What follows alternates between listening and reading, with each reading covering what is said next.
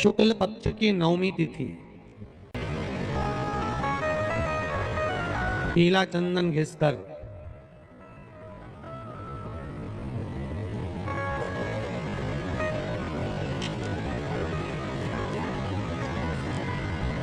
उस चंदन को एक सुंदर पीपल का कोमल पत्ता मतलब एकदम, एक तो पीपल का होता है तड़ला पत्ता, एकदम कड़क हो जाता है, और एकदम होता है कोमल पत्ता।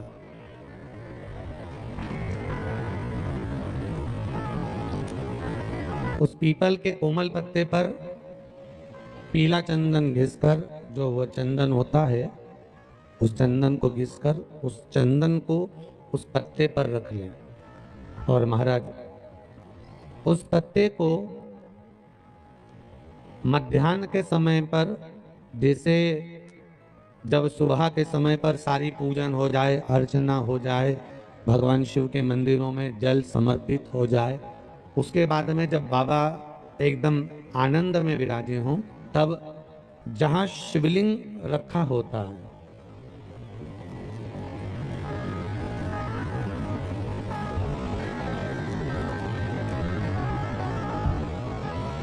जैसे ये शिवलिंग है और ये कटी भाग जहां शिवलिंग रखा हुआ है, इस कटी भाग पर जहां शिवलिंग रखा है उसके पास में ही 3 उंगलियों से चंदन का लेपन उस कटी भाग पर करना है। जो उंगलियां लगी रहेगी उसी को अशोक सुंदरी वाली जगह पर स्पर्श करना है, और अशोक सुंदरी वाली जगह पर स्पर्श कर कर कुछ देर तक चंदन लगे रहने देना है। उसके बाद में उस चंदन को वापस निकाल कर लेकर आना है। कटी भाग पर जो लगाया गया है उसको भी निकाल कर वापस लेकर आना है। फिर बाबा का स्नान नहीं कराना है, केवल चंदन लेकर आना है, उसी पीपल के पत्ते पर रखना। डिब्बी में उस चंदन को आप रख लीजिए। कुछ दिन जिसकी नेत्र ज्योति कमजोर है, चश्मा लग रहा हो, श्रवण शक्ति कमजोर हो, सुनाई कम दे रहा हो, उसके कंठ से इस ठोड़ी तक उस चंदन का तिलक लगाना प्रारंभ कर दीजिए, और नेत्रों के नीचे थोड़ा सा वो चंदन लगाना प्रारंभ कर दीजिए। लगभग 20 से 22 दिन तक आप उसका प्रयोग करिए, और एक रुद्राक्ष का जल शिव को समर्पित कर कर उस जल का आचमन करना प्रारंभ कर लीजिए। लगभग 22 दिन लगेंगे। धीरे धीरे फिर जाकर डॉक्टर को जांच करा लेना, नेत्र की ज्योति बढ़ना प्रारंभ हो गई। पर विश्वास के साथ में, भरोसे के साथ में, क्योंकि सबसे मूल अगर कुछ है तो विश्वास मूल है। मानो तो मैं गंगा मां हूं, और ना मानो तो बहता पानी। अगर आपका विश्वास प्रबल होगा, भरोसा अगर प्रबल होगा, विश्वास अगर प्रबल होगा तो भगवान मिलेगा, और अगर विश्वास नहीं है तो परमात्मा नहीं मिलेगा। अगर शरीर में कहीं पथरी भी आ गई है ना, कहीं नेत्रों में अगर ज्योति कमजोर पड़ रही है, जाले पड़ने लगे, चश्मा बढ़ने लगा, रात को आंखों में जलन होने लगी, रात को नींद नहीं आ रही है, जो दुर्वा होती है, इस दुर्वा को तोड़ लो। जहां पर अशोक सुंदरी का स्थान होता है, जहां पर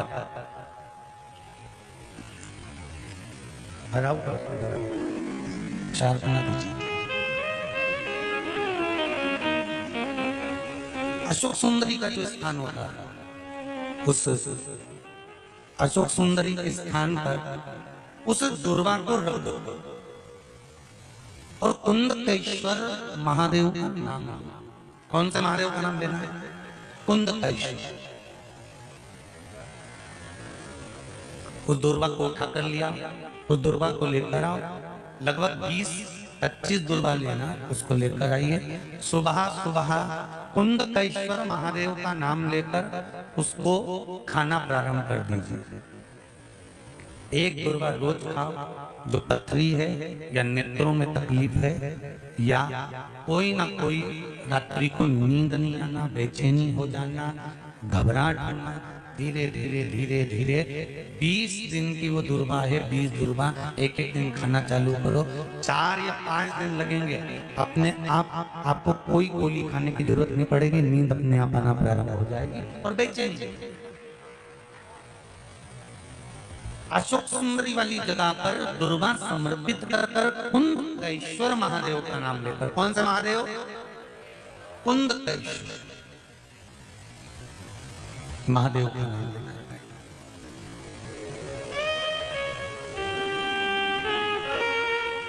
शिव आराधना का मूल जल जल।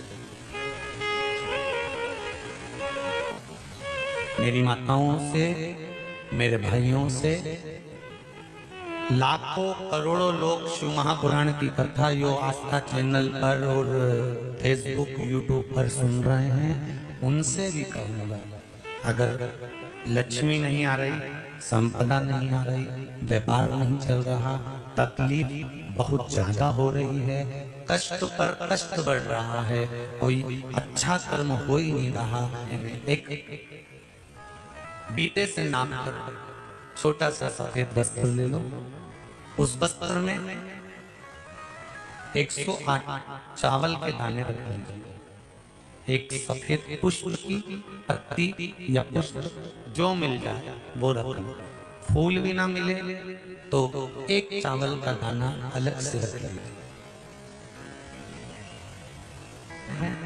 उसको अपने घर के जहां परिंदा होता है, मटका होता है, पानी भरने का स्थान होता है, जहां पर हम पानी पीने का भरते हैं, वहां उसको एक कटोरी में रख लीजिए। 3 दिन में कोई सी भी तिथि, चाहे आप दूज, तीज, चतुर्थी ले लो, चाहे पंचमी, छठ, सप्तमी ले लो, चाहे अष्टमी, नवमी, दशमी ले लो, उसको रख दीजिए 3 दिन। चौथे दिन घी का दिया लेकर, वो पोटली लेकर, कुछ भेंट लेकर, जो आपकी मर्जी पड़े, दान के भाव से घी का दिया शिव जी के मंदिर में लगा दीजिए, और जो पोटली और जो भेंट है वो किसी भी ब्राह्मण जन को, गुरुजन को, किसी को भी प्रदान कर दीजिए। अगर ब्राह्मण जन, गुरुजन नहीं ले तो कोई इसका मोल तत्व समझता हो, कोई सौभाग्यवती माताएं हो, कोई बहन बेटियां हो, उनको भी आप दे सकते। ये लक्ष्मी की वृद्धि करने का, संपदा, रोग, आनंद, सुख प्रदान, इस रोग के लिए तो नहीं कर सकते, पर संपदा के लिए सबसे प्रबल है संपदा। कोई अगर आपका धन खाकर चले गया है, पैसा नहीं दे रहा, बस आप शिव मंदिर में जब दिया लगाएंगे और इसको वापस शिव मंदिर से पोटली को लेकर आएंगे, चाहे तो मंदिर में भी ब्राह्मण देवता हो, पंडित जी उनको भी दे सकते हैं, या किसी को भी दे, उस समय पर दीप लगाते समय, दिया लगाते समय स्मरण होना चाहिए कि मेरा पैसा इतना गया हुआ है, बाबा ये रकम डूब गई है, ये पैसा चले गया है, ये प्राप्त होना चाहिए, मेरा व्यापार बढ़ना चाहिए, शिव करे।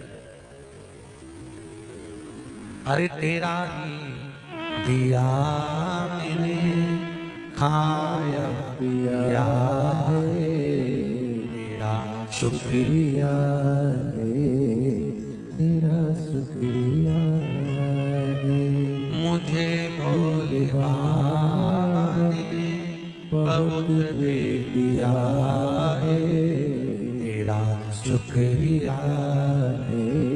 देवी नवमी को आपका कोई काम उलझ रहा है, आपका कोई काम ऐसा है जो बहुत दिन से उलझा हुआ है, चाहे वो कोर्ट कचहरी का हो, चाहे वो किसी से जुड़ा हुआ हो, और वो नहीं हो रहा, तो स्कंद पुराण देखिए, हमारे खंडर में भी खंडर शिव महापुराण, कि किसी भी नवमी में आप आंवले के पेड़ के नीचे घी का दिया लगाकर, मौली, मौली मतलब हाथ में जो नाड़ा बांधते हैं, लच्छा, मौली, लच्छा, नाड़ा, हाथ में बांधने वाला, पूजन वाला धागा, लाल, घी का दिया लगाकर 5 परिक्रमा आंवले के वृक्ष की कर ली और परिक्रमा कर कर धागे को वहीं पर छोड़कर थोड़ा सा धागा और लसे लेकर किसी टहनी पर उसको कामना कर कर बांध दीजिए। महाराज 10वीं तिथि को, 9वीं को तो ये करो कि 10वीं को वापिस जाकर आंवले के पेड़ के नीचे घी का दिया लगाइए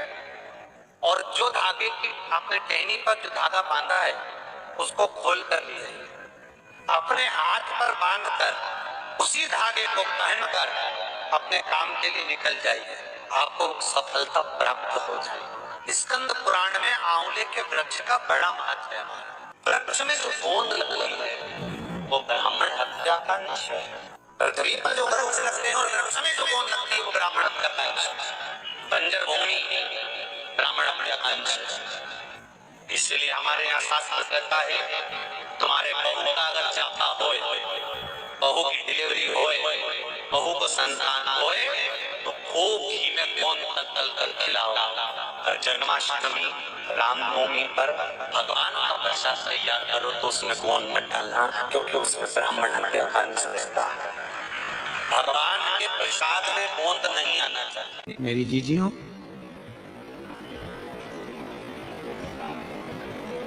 कभी कभी जिस व्यक्ति के शरीर का ताप नहीं उतर रहा, ताप मतलब बुखार, बुखार उतर ही नहीं रहा, डॉक्टर अपना काम कर रहे, उनको करने दो, क्योंकि डॉक्टर शिव का रूप है। डॉक्टर दवाइयां दे रहे हैं, देने दो, डॉक्टर शंकर का रूप है। तो जांच का बोले जांच कराओ, दवाई का बोले दवाई खाओ, सब कुछ करो। उसके बाद भी अगर आधी रात को कोई डॉक्टर नहीं मिल रहा है और बहुत तेज बुखार शरीर में चढ़ गया है, बहुत तेज बुखार चढ़ गया, बहुत तेज। महाराज, एक यदि बहुत तेज बुखार चढ़ गया है और उतर ही नहीं रहा और उस समय पर कोई अपने दवाई भी दे दी, सब कुछ कर लिया, पर फिर भी वो बुखार उतरने को तैयार नहीं, तो अपने ही घर में जो भी शंकर का शिवलिंग हो, जो भी उसको तुरंत एक पात्र में रख लीजिए और हाथ में 2 कटोरी में या 2 पात्र में जल ले लीजिए और भगवान शंकर का नटराज रूप का दर्शन करिए। अपनी बुद्धि में नटराज भगवान का स्मरण करो कि जो चारों तरफ नटराज जी के अग्नि है, चारों तरफ। आप लोगों ने नटराज मूर्ति का दर्शन करा है कि नहीं करा? किस किस ने करा है जरा बोलो? सबने करा है ना? नटराज भगवान के नृत्य की मूर्ति में चारों तरफ अग्नि का गोला है, चारों तरफ। नटराज भगवान का, नटकेश्वर महादेव का स्मरण कर कर दोनों कटोरी में जो जल है या पात्र में जल है उसको धीरे धीरे शंकर भगवान पर, नटराज भगवान के चारों तरफ जो ज्वाला है, अग्नि है, उसका स्मरण कर कर चढ़ा दीजिए। शिवलिंग को उठाकर वापिस अपनी जगह पर रख दीजिए। जो कटोरी में जल इकट्ठा हुआ है प्लेट में, उसमें एक वस्त्र गीला कर लो और उसी वस्त्र को गीला करने के बाद एक चावल का दाना उस पात्र में डालकर रख दो जिसमें पानी था। उस वस्त्र को गीला कर कर उस बच्चे के पूरे शरीर पर 3 बार, या जिसको भी बुखार हो, महिला पुरुष, उसके शरीर को 3 बार, आधे घंटे के अंदर 3 बार उसको धीरे धीरे धीरे धीरे नटराज भगवान का स्मरण कर कर, नटकेश्वर महादेव का स्मरण कर कर उसको पोंछ दीजिए। 7 से 8 मिनट के अंदर उसका बुखार पूरा उतरना प्रारंभ हो जाता है। वो ज्वाला अपने आप धीरे धीरे शांत होने लगती है। दवाइयां जरूर लेना, डॉक्टर को जरूर दिखाना, क्योंकि डॉक्टर शिव का रूप है, और उसके साथ में नटकेश्वर महादेव का स्मरण भी पास में भी ज्योति के रूप में। इसलिए जब तुम संपूर्ण तरह से हार जाओ, लगे अब कुछ भी नहीं अपने पास में, एकदम खाली हो गए, कुछ भी नहीं बचा, तब बेलपत्र के वृक्ष के नीचे शंकर जी के मंदिर के सम्मुख में 2 दीप लगाना प्रारंभ कर दीजिए। एक लंबी बाती का दीप, एक गोल बाती का दीप, एक शक्ति का, एक शिव का।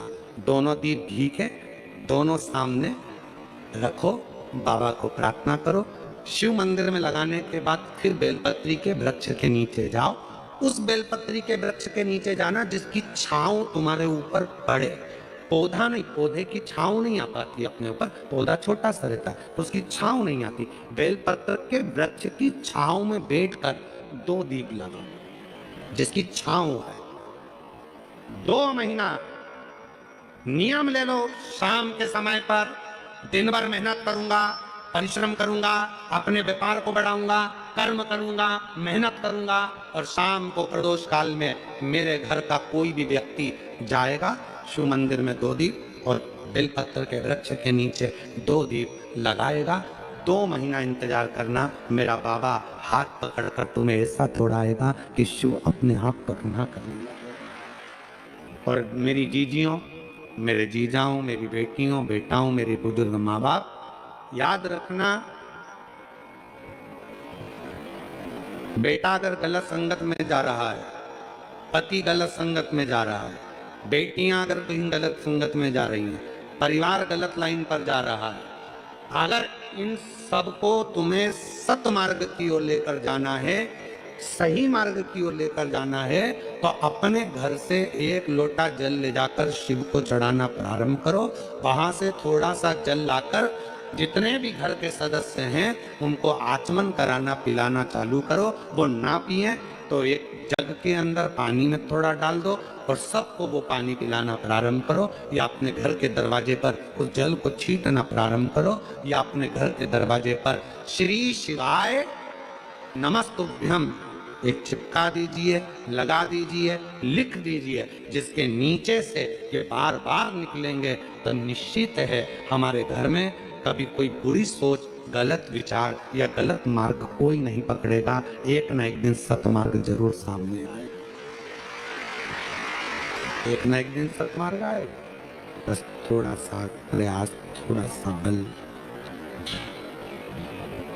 शंकर भगवान का 1 लोटा जल सारी समस्या का। एक पत्र है, अच्छा ऐसा नीला कलर का पुष्प होता है, देखो छोटा है थोड़ा हमारे हाथ में, ये फूल का बेटा है, ठीक है, पूरा फूल नहीं है, ठीक है, फूल का बेटा है ये छोटा सा। अच्छा दिख रहा है? काय आस्था वालों दिखाओ तो सही, दिखाओ जरा बाजू में, और थोड़ा सा पास कर दो तो सबको नजर आ जाएगा, ठीक क्या? शंख पुष्प, अपारिजात भी बोला जाता है, ठीक है। हर हर विराजो विराजो। तो एक पुष्प अपन करते हैं, हमारे भगवान देवाधिदेव महादेव